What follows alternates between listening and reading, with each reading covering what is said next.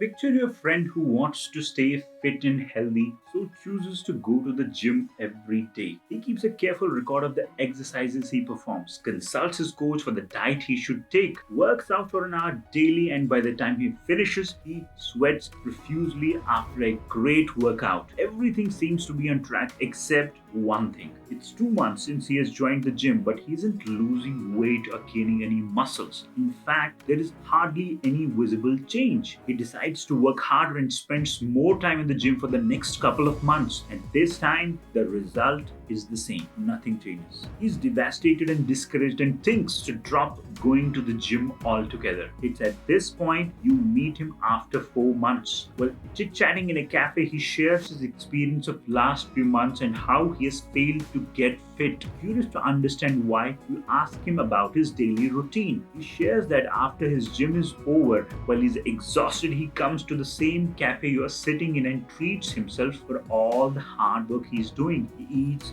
half a dozen donuts every day. What? You say in shock. You're wondering at his silly behavior. How could he be so naive to do things which make sure he doesn't get the exact thing he wants, which is a fit body? The question here is, aren't we all guilty of the same behavior when we work against our own best interests? You want to feel good, but why do you feel sorry for yourself most of the time? You want to feel in control of your life, but why do you feel so powerless most of the time? You want to feel peace of mind, but why do you feel so stuck in setbacks of your life most of the time? Hi, welcome to BookTook, a channel dedicated to bring you the practical ideas by leading researchers, thinkers, and leaders that will help you to be the best version of yourself. If this is something you like, consider subscribing to the channel. Today's book is 13 Things That Mentally Strong People Don't Do. It's written by Amy Morin, who is a psychotherapist and a regular contributor to Forbes. In this video, I'll share some specific strategies that will help you to avoid 3 major hurdles which mentally strong people have conquered. I'm going to start by showing you how you can stop feeling sorry and start feeling genuinely good about yourself.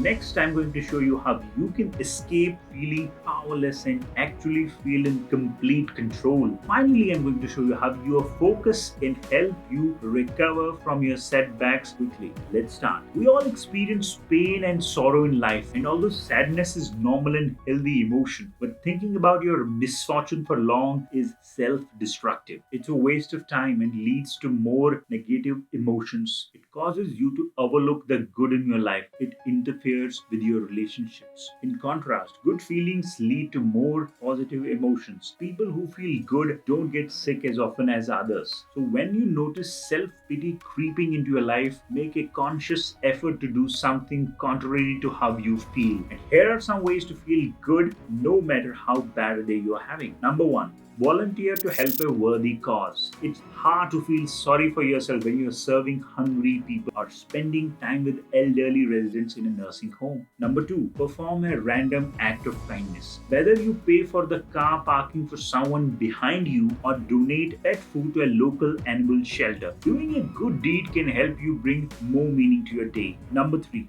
do something active. Exercise, sign up for a class, read a book, or learn a new hobby. When your behavior changes doing any of these activities, it shifts your attitude. All these methods don't just sound good but are validated by science and show changes in lifting your spirits almost instantly. Let's move on to the next one. How you can escape feeling powerless and actually feel in complete control. Do you choose to feel deeply offended by any criticism or negative feedback regardless of the source? Do other people have the ability to make you so angry that you choose to say and do things you regret later? Do you find it difficult to set boundaries, like choosing to say yes when you want to say no? Are you surprised by my choice of words here, especially the word choose? After all, who chooses to be offended or angry? It happens to us, isn't it? No, it's not. It's still a choice. It's a decision that happens in a fraction of a second, but it is still a choice. It's a decision that we're not consciously aware of, but it is still a choice. If this was not the case, everybody you know would have reacted exactly same in similar situations or to similar things. Something you hate the most can be my favorite. If it starts raining, it may be a source of stress for a person who's about to leave for office, but a farmer might start dancing in joy the moment he sees clouds on the horizon.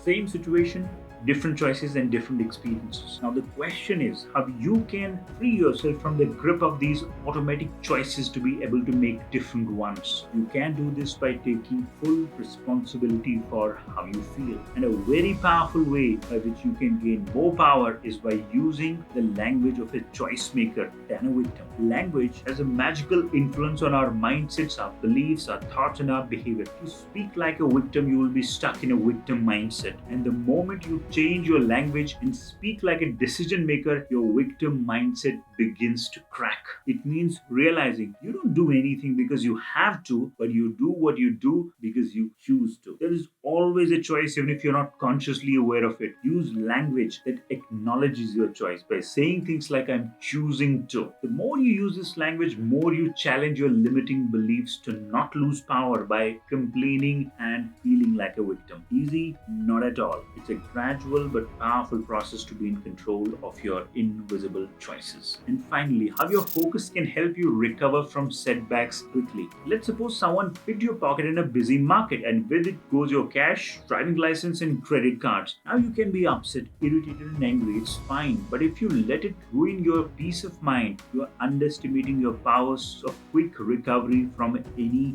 bad situation. If you think about it, this event was not in your control, because if it was, you would not have allowed it to happen. But now that it has happened, no amount of sadness will reverse the undesirable event. So it can surely keep you upset and spoil your interactions with all the other people during the rest of the day or the week.